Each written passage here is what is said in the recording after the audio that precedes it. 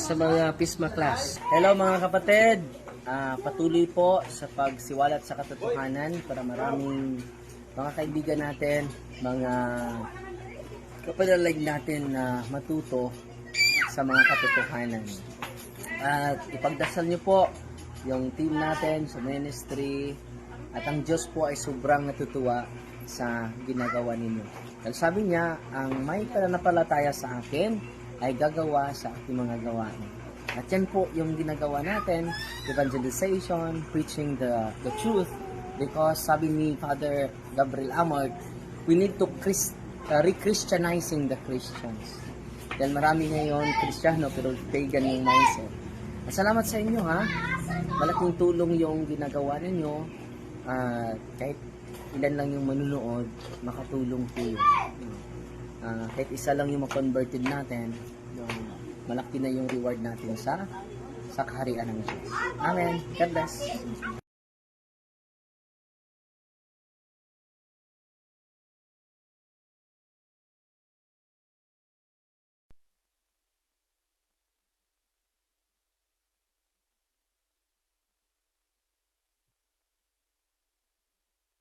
Ang bungad na panalangin sa ngalan ng Ama, ng Anak, at ng Espiritu Santo. Amen. Pagpalain kami sa aming pagtitipon ngayon para sa pulong na ito. Gabayan mo ang aming isipan at puso upang kami ay magtrabaho para sa ikabubuti ng aming komunidad at tulungan ang lahat na iyong mga tao. Turuan mo kaming maging bukas palad sa aming pananaw, matapang sa harap ng kahirapan at matalino sa aming mga desisyon. Ama, pinupuri ka namin magpakailanman. Amen. Sa ngalan ng Ama, ng Anak, at ng Espiritu Santo. Amen.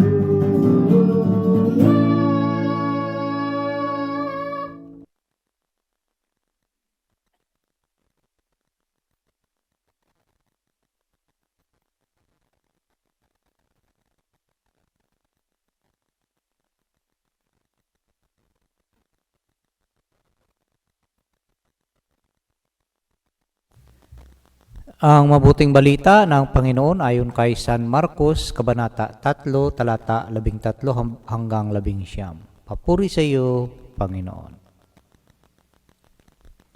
Noong panahong iyon, umahon si Jesus sa kaburulan kasama ang kanyang mga pinili. Humirang siya ng 12 na tinawag niyang mga apostol upang maging kasama-kasama niya.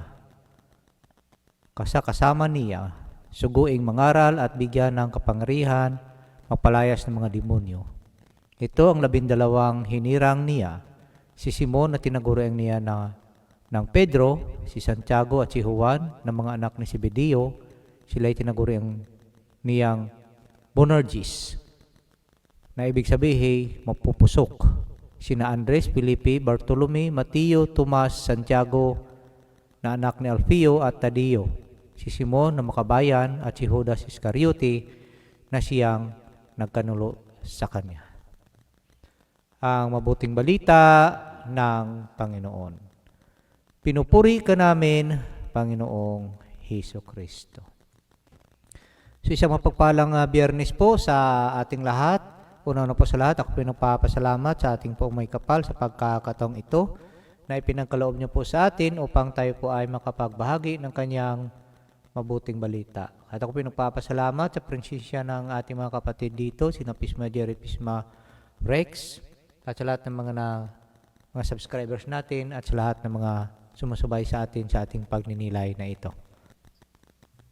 Sa sandaling ito ay basahin po natin ang words of the popes.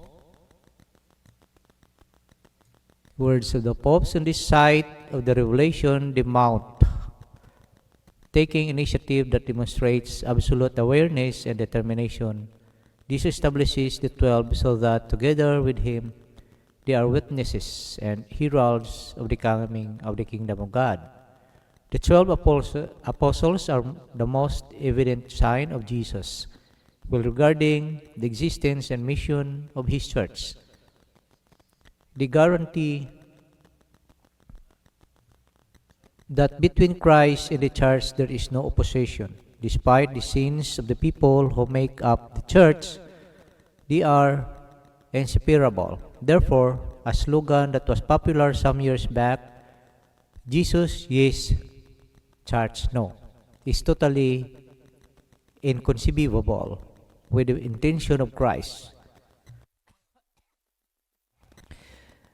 This individualistically chosen Jesus is an imaginary Jesus. We cannot have Jesus without the reality he created and in which he communicates himself between the Son of God made flesh and his church.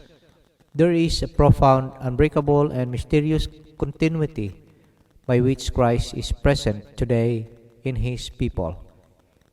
He is always contemporary with us. He is always contemporary with the church, built on the foundation of the apostles and alive in the succession of the apostles, and his very presence in the community in which he himself is always with us is the reason for our joy. Yes, Christ is with us. The kingdom of God is coming. So ito po ay mula kay late Pope Benedict XVI sa kanyang general audience on the 15th of March in the year of our Lord 2006. So yun po ang words of our popes. And at this time, ay bibigyan natin kung pwede na si Pisma Jerry sa pagbigay ng kanyang greetings man lang. Pisma Jerry.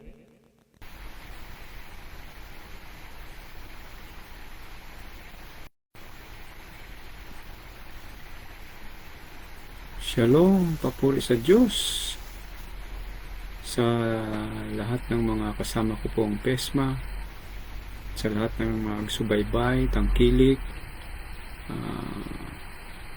sumusuporta, lalo na nanalangin sa pinakaloob ng Panginoon na channel, PESMA Plus, sa programang Pagnilayang Ebanghelyo sa Madaling Araw dyan sa Pilipinas. Mapagpalang oras po sa bawat isa, kahit saan man kayong sulok ng mundo. At sa lahat ng may mga birthdays, happy birthday sa inyo. Sana po maibigay na ng Panginoon ang inyong hinanaing, lahat niyong mga mabuting hinihiling. Tayo ngayon ay sama-sama sa pagnilay sa Ebanghelyo ng Panginoon sa araw na ito. Pitsa 23 ng Enero 2026, araw ng Biyernes. So hindi pa tayo magsimula sa pagbasa ng ating Ebanghelyo, ay manalangin muna tayo. Hindan natin ating sarili sa presensya ng Panginoon. Sa pangalan ng Ama, ng Anak, ng Espiritu Santo. Amen.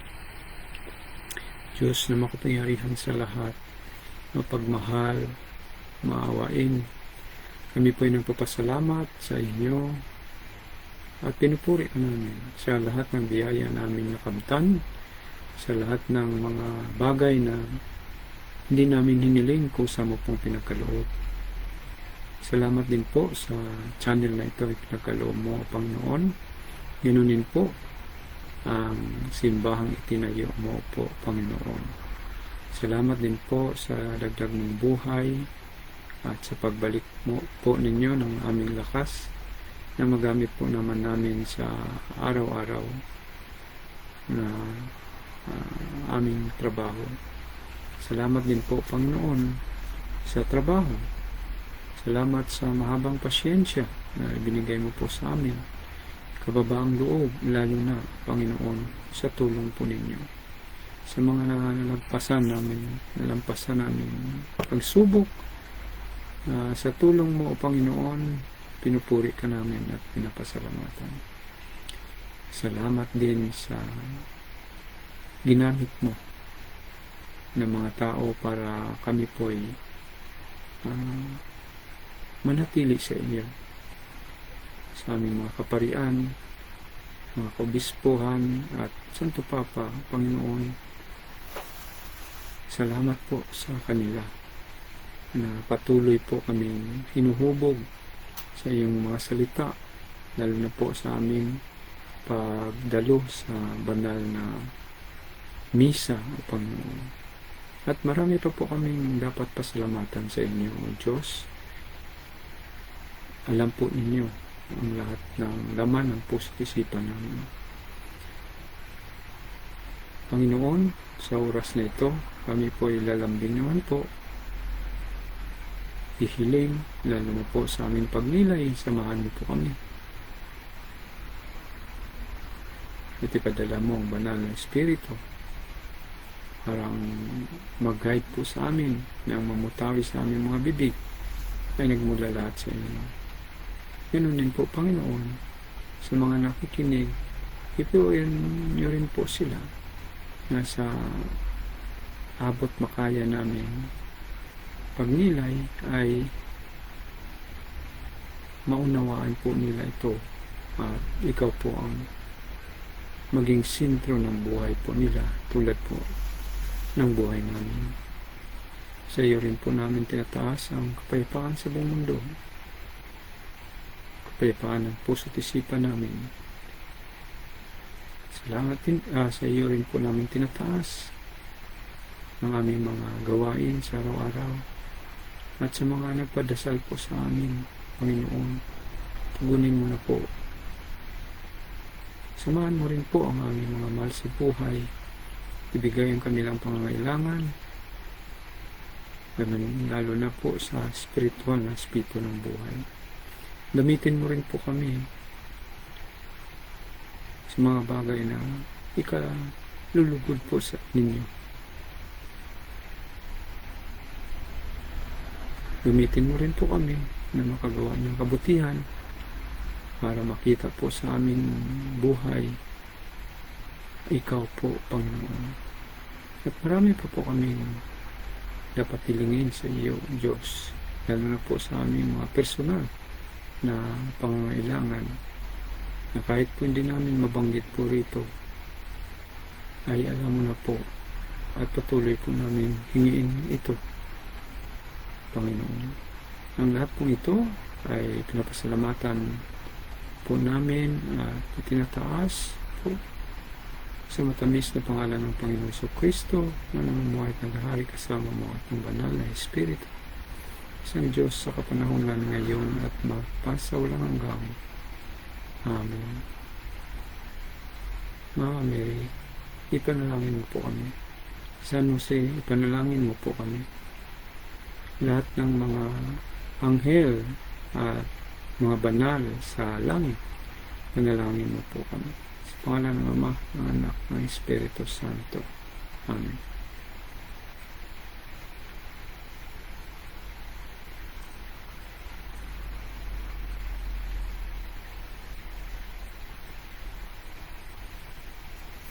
Hallelujah, Hallelujah, kami ay gawing mong daan ng iyong pag-ibig, kapayapaan, at katarungan.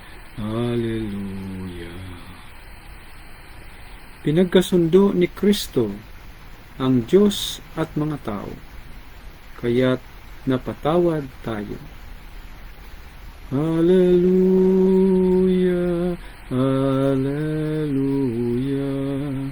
kami ay gawing mong daan ng iyong pag-ibig, kapayapaan at katarungan. Hallelujah.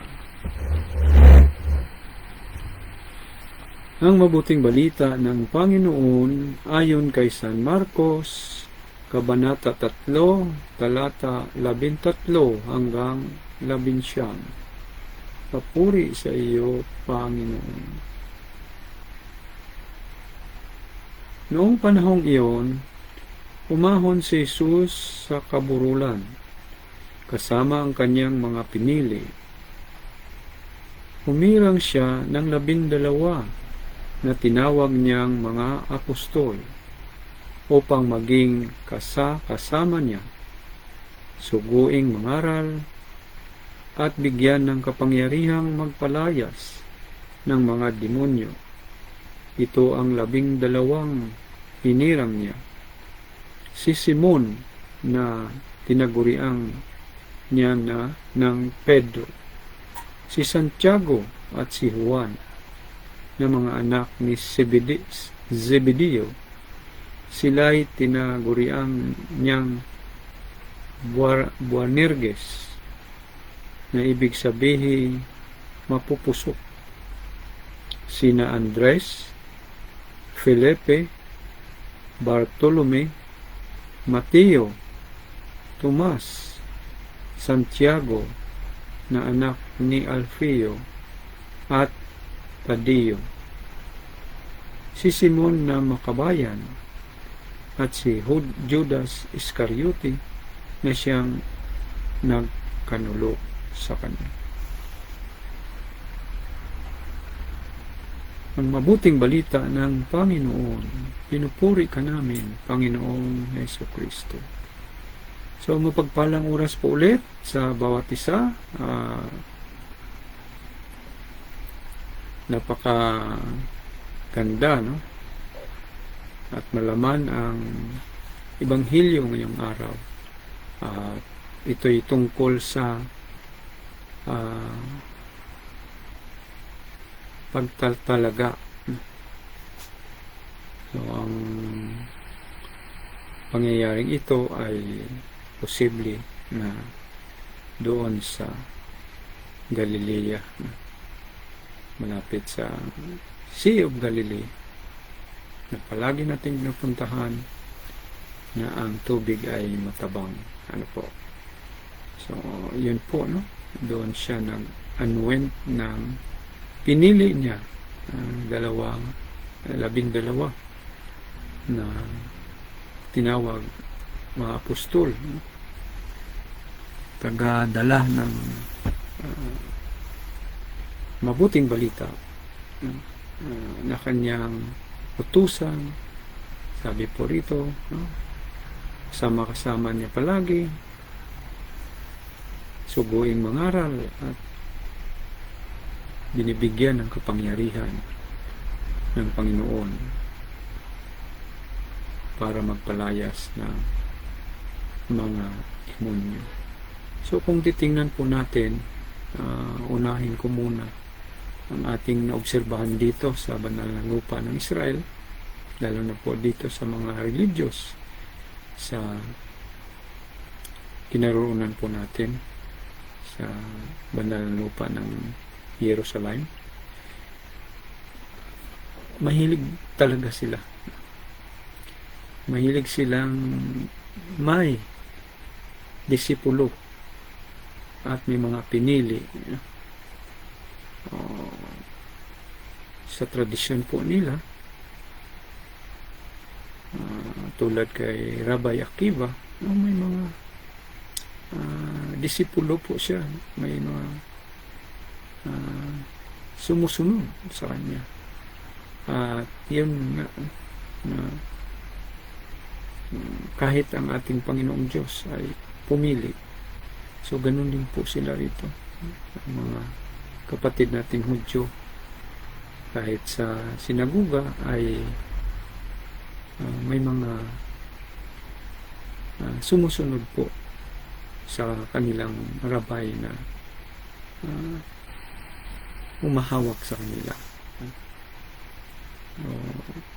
At dito po sa narinig nating Ebanghelyo ay karamihan dito mga simpleng tao. Ano po? At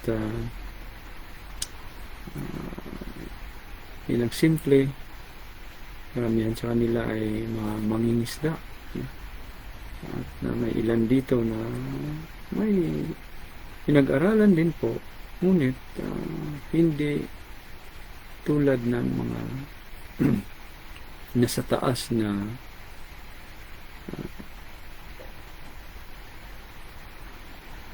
level ng pamumuhay. Ano po? Tulad kay Mateo, no? Napaka ano nito. At sa kanyang mga hinirang na mga apostoles ay nabanggit ang mga bagay na patunay o pagpapakilala sa kanila, no? Tulad kay Simon na tinawag niyang Pedro, tulad kay sino pa to sa mga dalawang magkapatid, no? Boanerges tawag, no? Mapupusok. At si ano nga, si ano po, si Thomas, no? Anong tawag kay Thomas? Yung double blade ba, no? Kung saan papaling-paling, no? Anong tawag sa kanya nito? Sa ano pa, dublikara. So may mga pinili ang Panginoon na may marami ring kakulangan o may kahinaan din po. Halos lahat po sila. So lang, hindi nabanggit yung iba. At ano lang,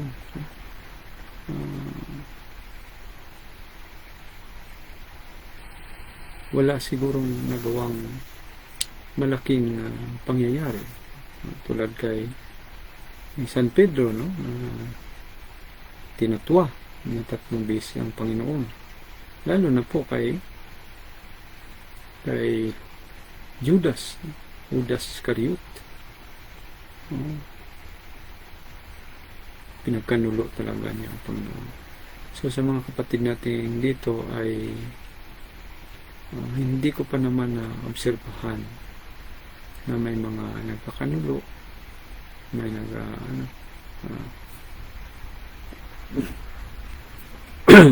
tinatatwa. Ngunit pag nakagawa ka po ng kasalanan sa kautusan, ay di ibabahagi yun, no? Ibig sabihin na anong pangyayari sa buhay ng isang Hudyo, hindi nila diretsong sawayin, nag-usapan, no? Ibig sabihin na chinismis din po nila. Yun nga po, no? Balikan ko po ang mga alagad o pinili ng Panginoon o hinirang. Dito po napaka klaro, no? Na binigyan ng otoridad ang kanyang mga hinirang na apostoles. Otoridad na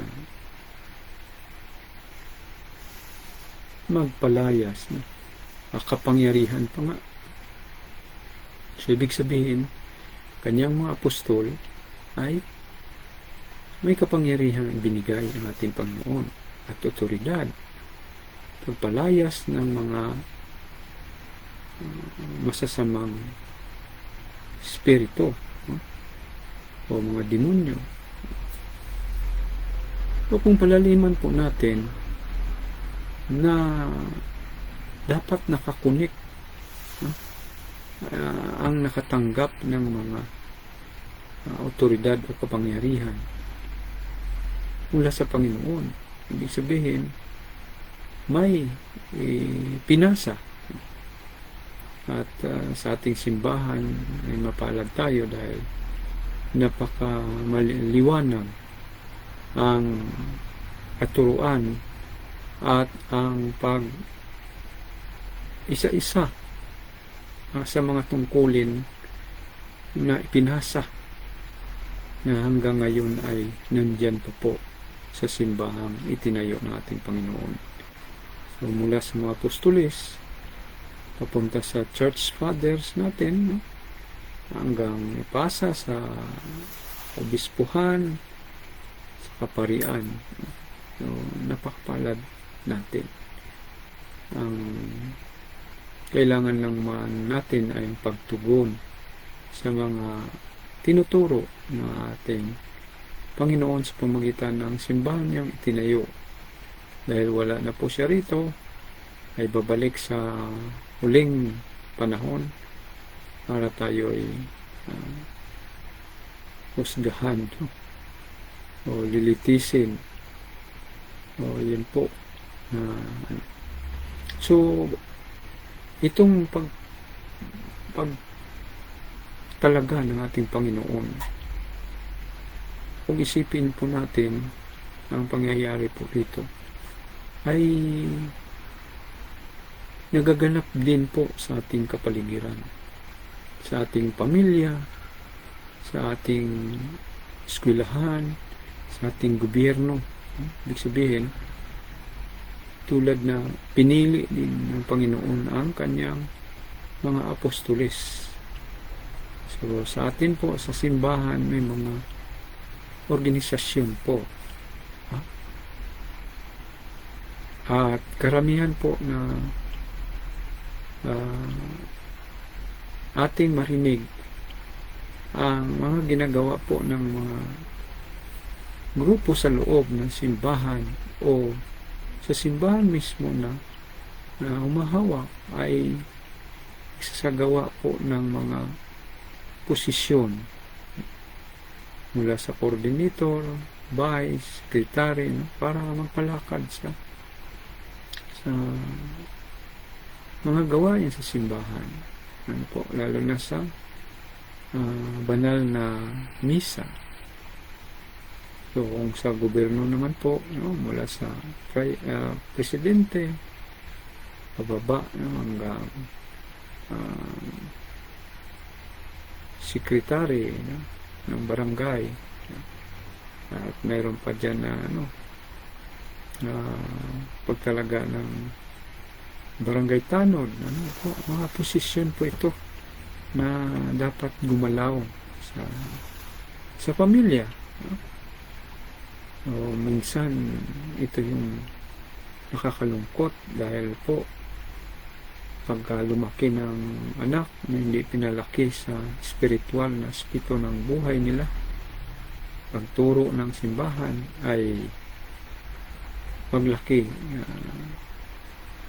iba na ang kaugalian na dapat ang magulang ang pakinggan ay bumaliktad na. Parang mas mataas pa ang anak, lalo na po na mga magulang ay hindi nakapag-aral, ang mga anak ay mga matalino at mga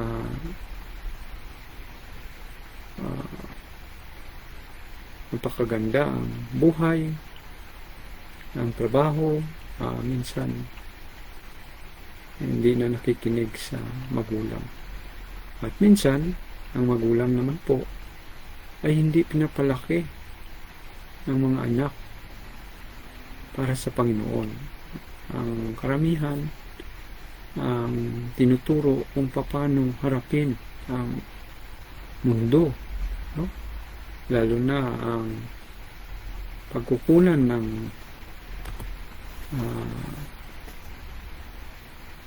income, no?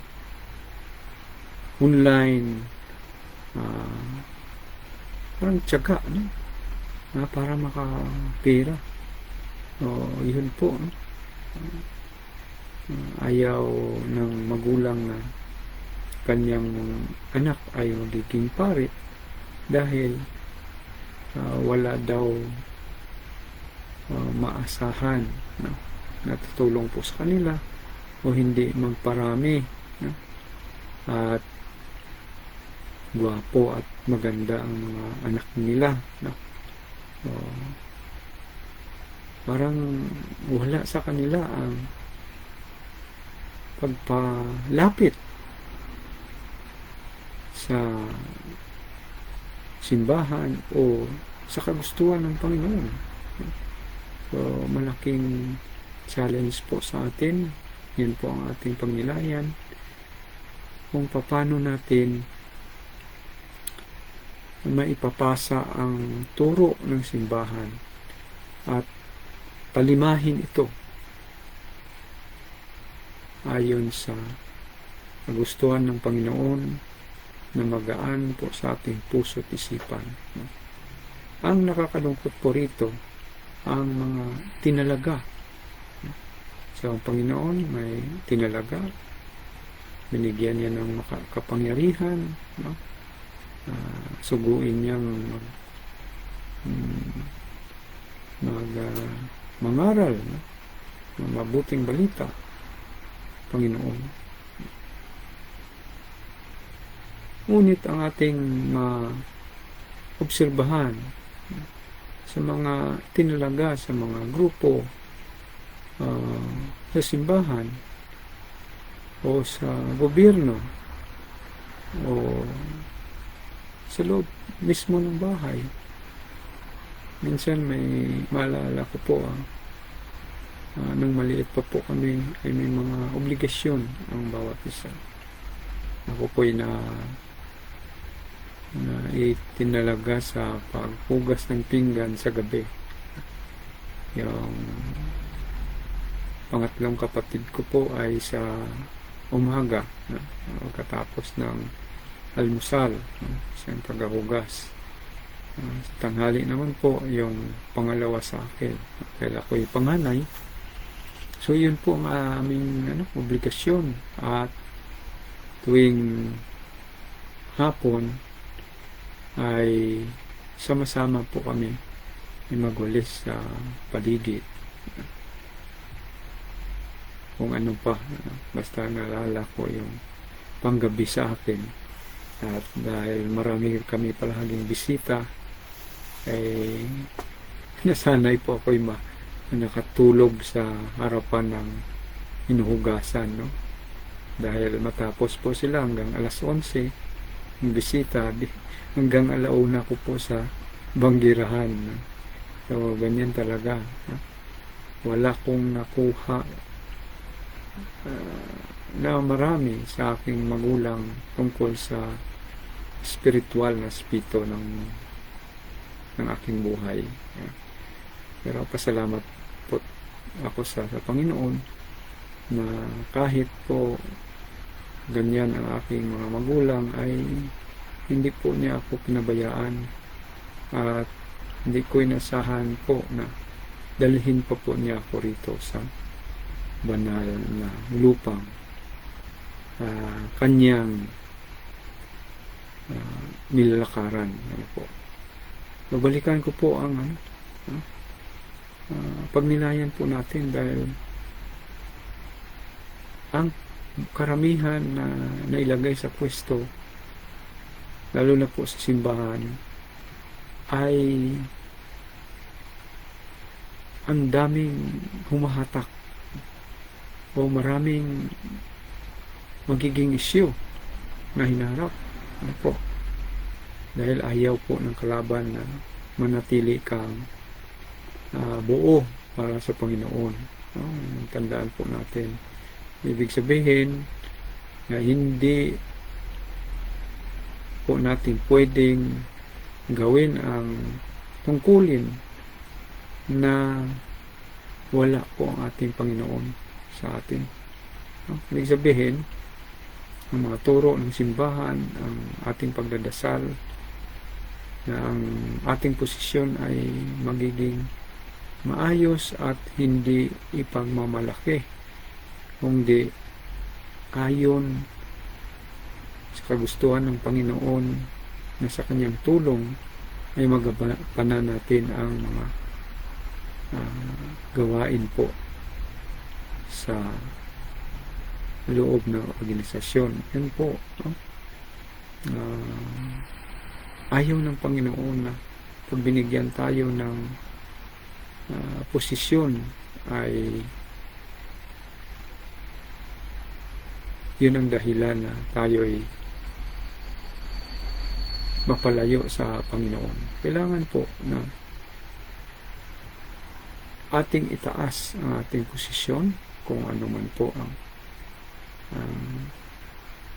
pinagkaloob ng Panginoon, ingatan at dapat siya ay makita sa ating ginagawa po. Dahil po may mga kapatid tayo na gusto lang po makaposisyon, na pagka walang posisyon di magsimba, pagka walang makuha personal sa pinupuntahan, lalo na sa banal na misa, maraming dahilan. Kahit konting lagnat lang po ay ayaw na magsimba. Napagod lang konti, ayaw nang pumunta sa simbahan. So, ingatan po natin na kung tayo po ay may posisyon, iwasan na magiging sanhi ng ating kasalanan, no? O tayo'y magiging taas noon na po, no? Kailangan maiwasan po yun. Para sa pag-iwas, magampanan ito na walang makitang pagkaikaiba sa ating Panginoon, dapat makita po siya sa buhay natin. So yun nga po na patuloy natin ipagdasal, no? Lalo na binigyan tayo ng otoridad. May tayo may experience nito, no? Hindi ko po alam na ganyan pala. Binigyan ako ng posisyon. Akala ko po ganap na na ang mga kapatiran ay naintindihan naman po na nandyan ka sa posisyon na yan. Ang pasaway, pag nagpasaway, natural hindi natin makabigkas tayo ng hindi mabuti hanggang nakabangga tayo na nandyan pa sa mataas na pwesto sa simbahan. Pero yun nga, nagsisipo tayo at doon tayo natuto na umiwas sa mga bagay na kahit pa gamitin ng binigyan ng may otoridad sa simbahan sa kamalian. Yun nga po, magtiis po talaga tayo at ipanalangin, makipag-usap, parang lahat ng tinuro ng Panginoon ay dapat natin ibigay o magawa sa posisyon na ginagampanan po natin. So, ang susi lang po rito ay ang pagpakumbaba. So, kailangan hindi makita sa atin yung pansanlibutan na kilos o mga pag-iisip at mga karamdaman na mapalayo sa Diyos. So yun po, patuloy lang natin gampanan ang ating mga posisyon. Lahat tayo may posisyon naman, no? Bilang ama, bilang magulang, bilang kapatid, bilang taga-pamahala, no? Ng mga maliit na mga grupo o mga inaasahan na mga kaibigan sa kanilang espiritual na aspeto ng buhay. O mag-ingat palagi tayo, lalo na po ang mga ating paggabay sa kanila. Kailangan po talaga at seryoso pong ibigay ang ayon sa kagustuhan ng Panginoon. Hindi po tayo patumpik-tumpik dahil mahal natin sila. Hayaan na lang po natin na gumawa ng hindi kalugod-lugod sa Panginoon. Kailangan po natin na kausapin, ipaliwanag ng maayos na walang paghahatol, kundi yung awa at pagmamahal ay manatili sa ating puso at isipan. Dahil mahal po tayo lahat ng Panginoon at hindi niyo tayo pabaybayaan. Lahat ng mga bagay ay pagkaloob po niya ayon sa kanyang kagustuhan. Minsan ang ating sarili ay palaging naghahanap na kung anong pinakamabuting gawin. Pero ang intensyon ay para makilala. Kailangan makilala ang Panginoon. Tulad kay San Juan Bautista, di ba? Dapat siya ay bumaba at ang Panginoon ay tataas.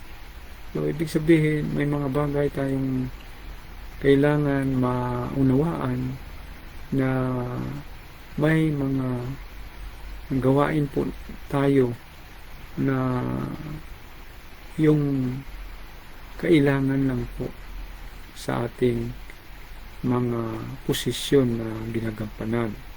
Ay minsan ay sumusubra din po tayo, no? Pakialaman na po natin ang ibang posisyon, no? Hindi naman po ganon.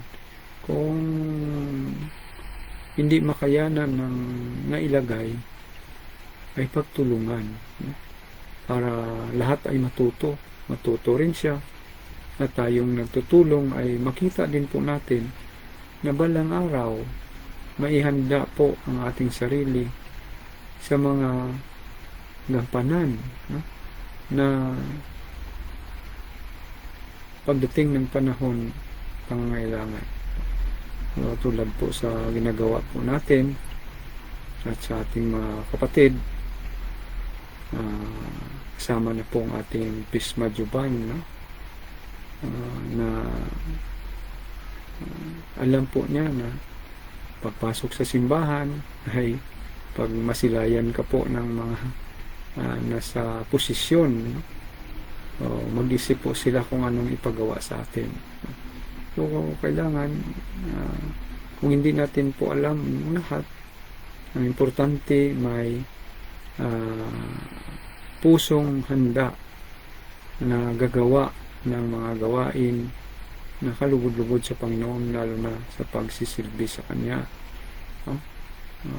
Hindi tayo mahiya na magtanong kung hindi natin alam.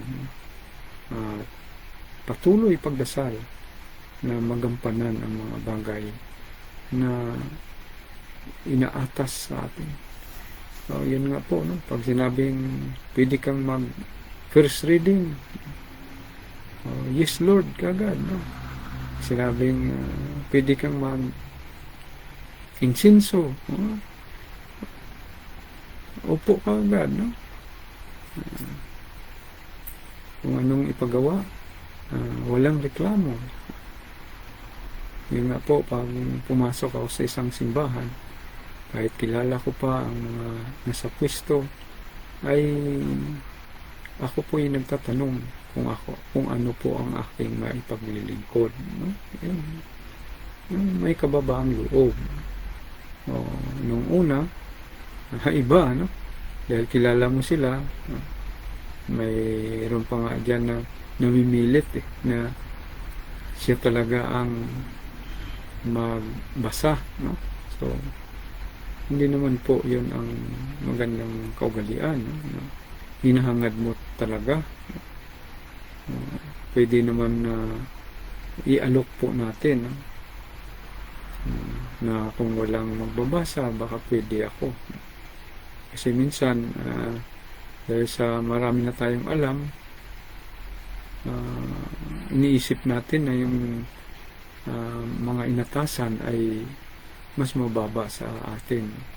Kahit pa, dahil sila yung nakalagay dyan, ay ating irespeto at may pagpakumbabang pag-alok ng ating pagsilbi. Ano po? O, sana po mapagpalaliman po natin itong mga bagay na ito. Dahil lahat po tayo ay subject talaga sa paghatak ng kalaban. No? Lalo na pag binigyan na tayo ng posisyon at mapalapit na tayo sa Panginoon, dyan ang maraming pagsubok. Minsan masaktan pa po tayo dahil hindi tayo perfecto, magkamali, no? Sa pagpamalakad. Minsan mapagalitan pa po tayo. Pero ano yan, realidad po yan. At huwag tayong magtampo. Kailangan move on. Kung ano yung pangyayari ay magiging leksyon po sa atin, at matuto sa paggawa na may ayos ang lahat pagdating ng panahon.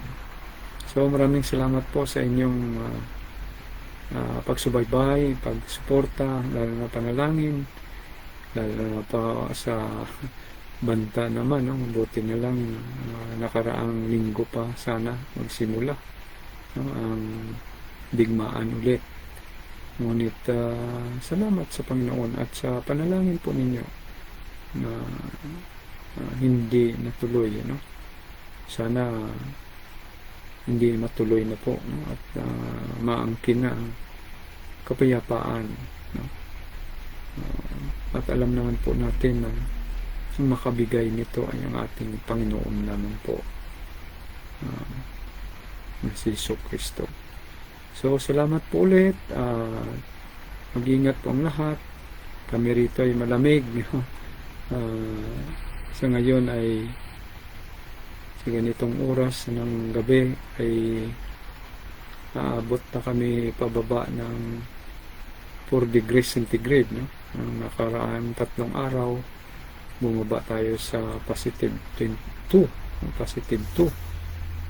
Akala ko po, bababa pa siya, no? Na pagbaba niya ng 1, baka mag-shelek na, o mag-snow na. Wala naman. Pero ang ating mga kapatid sa Santa Marta, Bitanya, ay naghanap ng snow pupunta sa Mount Hermon sa Sabado. So, sama din natin sa panalangin na maging masaya sila, safety, at makapasok sila kasi minsan pag dumilim ay isara ng gobyerno, hindi pa aakyatin, no? So sayang po, no, na hindi sila makapasok. Pero hindi pa naman tayo nakaranas na nasarahan, no? Dahil ang madali niyan, minsan naghantay kami pag sobrang dilim na, kalating oras, 1 oras, at papasukin naman, no? Lalo na pag may mga hadlang sa daan at sobrang sobrang dulas, no? Dahil ang mga sasakyan o mga buses hindi na makaakyat sa dulas. So yun po, no? Hanggang ngayon, no? Mula ng Disyembre, pangatlo, pang-4 na taon na to, kung hindi pang mag-snow sa taong ito, ibig sabihin 4 na taon na wala kaming snow. May barangs lang dati, yung parang munggos, no? At ng mais. So yun lang ang aming naranasan, pero hindi kami nag-snow, no? So pasensya ng mga kapatid natin na palaging tuligsa dahil sa December 25, no? So may 2 dekada na po tayo rito, walang December 25 na snow po rito. Ang lamig namin rito ay magsimula sa pangatlong linggo ng Enero, no? Ngayon pangatlo, no? So nagsimulang nakaraang linggo ay bumaba na kami dito. So ito hanggang na po katapusan ng Pebrero, no? Ayun nga po, may isang taon na hindi ko maalala, 2022 yata po, no? February siya ng February, kalagitnaan ng Pebrero, at nagkataon po yun na natin, no? Ask Wednesday. Sana po sa Ask Wednesday hindi matuloy ang snow, no? Mag-snow ulit. Paliban naman po dahil pag yung nangyari po sa amin, pagkatapos COVID yata yun, 19 yata, no? Nasa labas kami, no? At muntik na yung atip ng aming dahil tent lang yun, flat pa naman, so doon kami nagmas dahil ayaw ng gobyerno na sa loob, so sa labas kami, at yun lang, tent lang ang nasa taas. Buti na lang nakatapos kami ng mas, pero umano talaga yung yung process, no? bumaba, natapos namin alas 10:30 ang misa, nag-Holy Communion na bumaba yung process, no? Konti. So pag uwi namin alauna ay binagsak na talaga, sobrang bigat ng snow noon. So yun nga po, no? Kahit kami makalabas may snow, ang snow noon mga kaabot siya ng 6 inches yata, kasi nung lumabas po tayo, naka live yata po kami ni Peace Mayor noon, nung pag samba ko ng Huwebes Santo na yun. Nandyan pa sa video natin yata na punong-puno ako ng snow, no? Dahil nagdidikit sa aking raincoat. So yun ang pangyayari rito. So yun nga, isama natin ang mga kapatid natin Hudyo, Muslim, kasama nitong mga kaibayang pananampalataya na ang binabantayan lang po ang ating mga kilos, no? Kapag ang kilos natin ay hindi sang-ayon po sa kanila, ay tutuligsain, parang totoo sila, no? Tapos pag binasahan ayaw naman tanggapin, pinaliwanag mo ayaw naman makinig. Pagdasal lang sila, at salamat sa Diyos at purihin natin siya dahil marami nang bumabalik sa ating simbahan at tinayo ng ating Panginoon. So palaganap ng mabuting balita, at yun nga po, no? ang maliit na ating mambag ay pagnilay ayon sa nakita po natin kung saan nilakaran ng ating Panginoon. Dito siya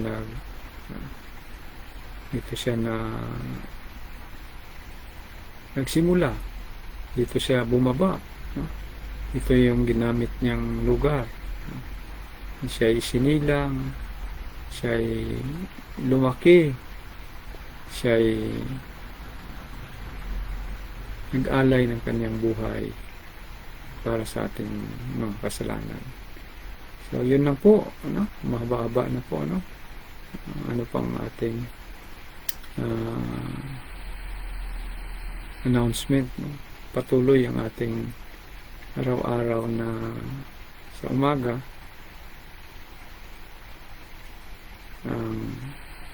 Daily Rosary, live maliban sa linggo. So, sa gabi naman, Pilipinas, alas 10 po, alas 10. Or alas 10 ay lang yun, via Zoom. Pwede naman maghingi kayo ng link kung gusto nyong makasama. Ganon din sa nilay natin tuwing Miyerkules, Biyernes at Linggo. Pero yung Miyerkules palaging eksaktong oras, pero pag Biyernes depende sa availability. Linggo at Biyernes depende sa availability ng ating servant leader, ang gwapito nating utod, Peace Mayor Balairos. At dahil magbakasyon po siya, baka balang araw, so tiis muna tayo, tsaga muna tayo sa yung recorded na post live, yung live ng ating gwapong utod, Peace Marex Herder, para lang masagawa po natin ang ating tungkulin bilang PESMA, pagnilayan Ebanghelyo sa madaling araw. So, nagsikapan namin na magawa namin ang mga at balang araw, kung sinong nagustuhan ng Panginoon na ipasa ito. Kami po'y hindi umaasa sa aming pamilya lamang, sa aming mga anak, mga apo, kundi kayo mismo, balang araw ay kayo ang pasahan nito. So, yun po ang hiningi ng Panginoon, ng kababaang loob na isa sa buhay natin. At kung dapat may ayusin sa ating buhay, so hingin natin sa Panginoon na may ayos ito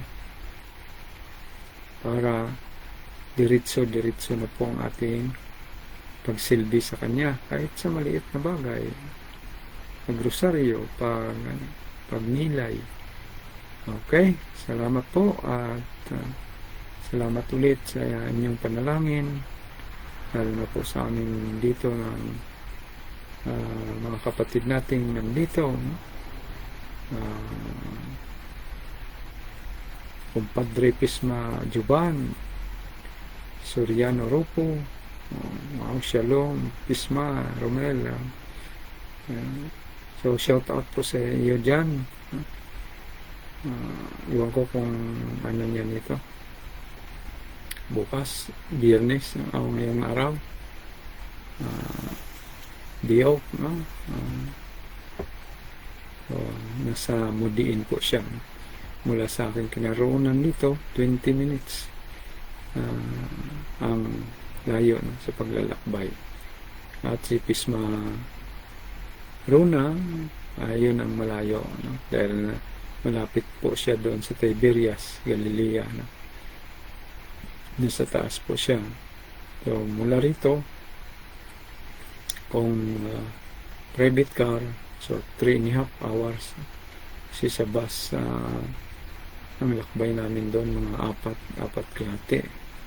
Dahil yung bus, yung mga tourist bus dito, ay ano yan, may ano sila, may protocol, no? Na kailangan kung sinong driver po ng nasa tour bus, kailangan hindi mabilis, hindi mabagal.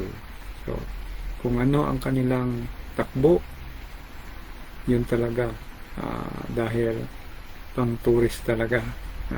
Kailangan masilayan ng sumasakay sa kanila ang mga lugar na dinadaanan. Hindi sobrang bilis, o hindi naman sobrang bagal, dahil kailangan na hindi antukin ang nakasakay sa kanila at magreklamo na matagal ang biyahe. So, yun ang maganda rito.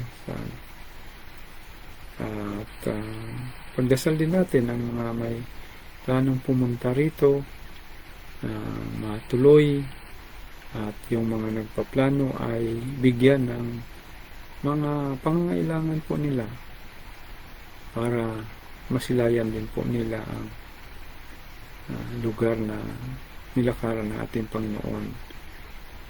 Kung alanganin na talaga, ay sa pagtiyagaan nyo lang po ang ating YouTube channel. So, Shalom, Beletraot. Papuri sa Diyos. God bless us all. Shalom, Shalom, Shalom Bakasya.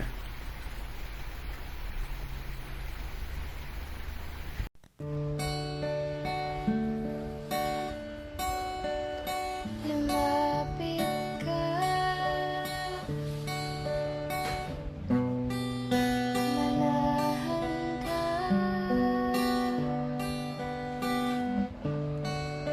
halina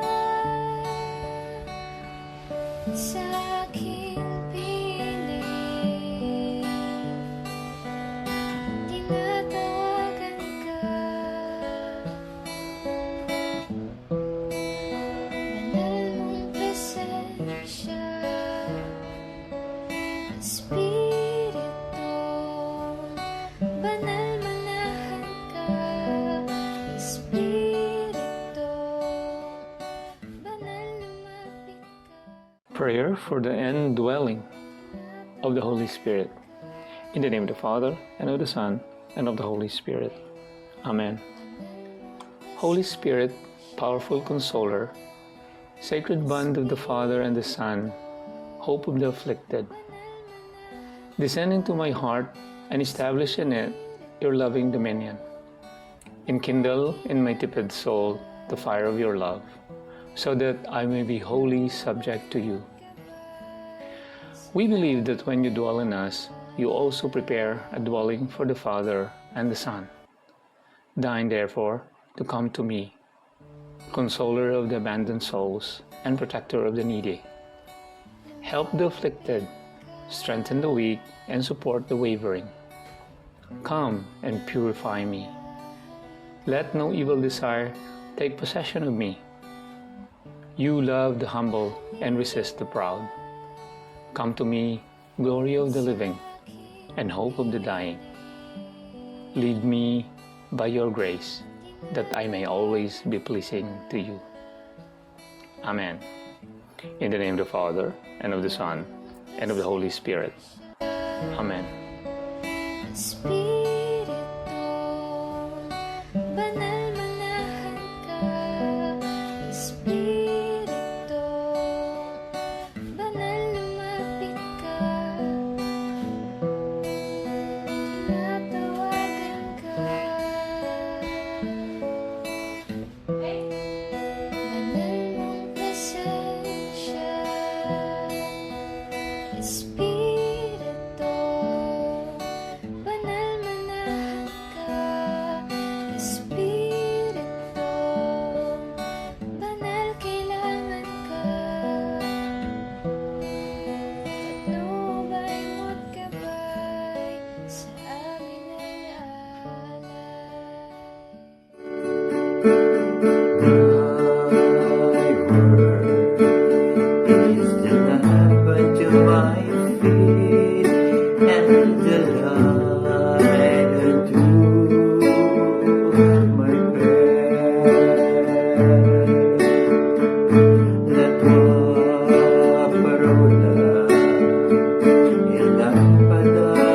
Espiritu